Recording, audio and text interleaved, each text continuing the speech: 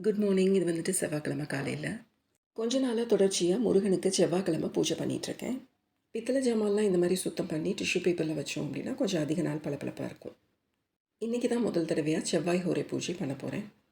ஒவ்வொரு நாளும் ஒவ்வொரு கிரகத்தினுடைய அதிபதியோட ஆதிக்கம் இருக்கிற நேரத்தை தான் நம்ம ஹோரை நேரம் அப்படின்னு சொல்லி சொல்கிறோம். அந்த ஆதிக்க நேரத்தில் நம்ம பூஜை பண்ணும்போது நம்மளுக்கு பலன் வந்துட்டு இரட்டிப்பாக இருக்கும்.